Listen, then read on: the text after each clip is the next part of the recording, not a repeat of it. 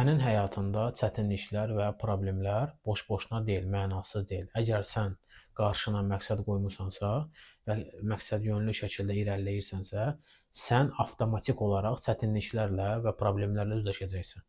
Mən başa düşürəm ki, bu həyatda bəzi proseslər bizdən asılı deyil. Yəni biz istəməyimizdən və ya istəməməyimizdən asılı deyil. Bu proseslər təbii, obyektiv şəkildə baş verir. Yəni bizim istəməyimizdən asılı deyil.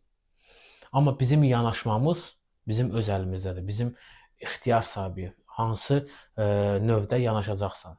Любой bir prosesə, əgər sən çətinliklərlə üzləşmisənsə, sən bu çətinliklərə pozitiv və optimist baxsan ki, bəli, bu yolda bu çətinlik mənə lazımdır ki, mən adaptasiya olum və hazırlaşım ki, mən öz məqsədimə gedən yolda daha güclü olum, daha produktiv olum.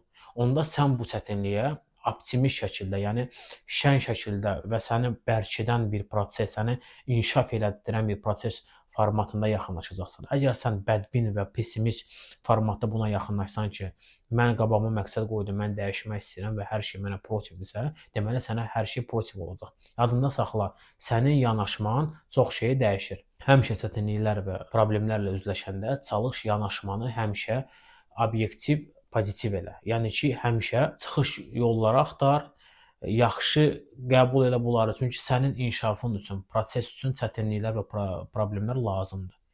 Любой bir dəyişiklik insanda ağrı acı ilə baş verir. Özünüz müşahidə eləsəniz, görəcəksiniz ki, bütün həyatdakı baş verən dəyişiklik prosesləri prosta tak olmur. Çətinliklərlə olur, yəni problemlərlə olur. Ona görə də heç vaxt ümidsizliyə qapanma. Həmişə məqsədyönlü şəkildə öz arzuna doğru get. Mən sənə inanıram.